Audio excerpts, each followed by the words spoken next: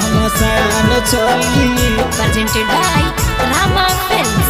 आई हो गे जान खुश रह जान गे लेके परान गे आई हो गे जान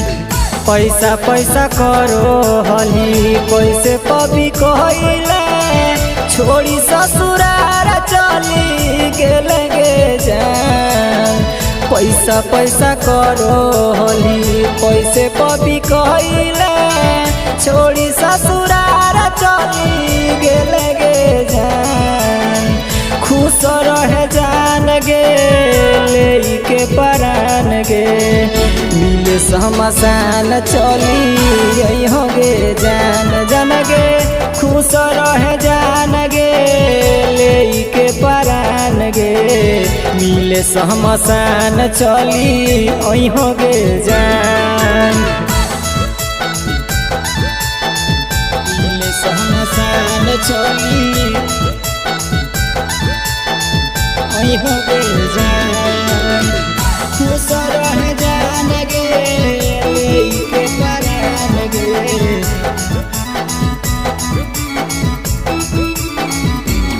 मिले शमशान चली हो गे जान तोरा ओढ़ तो जानो ललकी चुनरी आगे हमारा के लाल रंग का पनवा गे जान तोरा ओढ़ तो जानो ललकी चुनरी आगे हमारा के लाल रंग का पनवा गे जान खुश रह जान गे लेके परान गे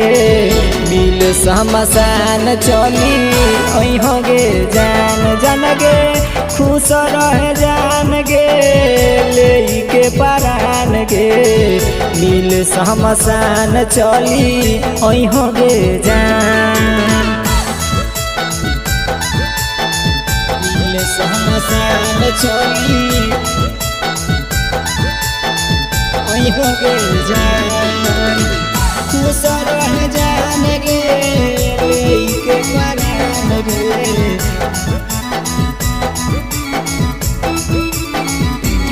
मिले शमशान चली हो गे जान लागी जैतो तोरा सोना देही में हरदिया गे शीशा के उठा तो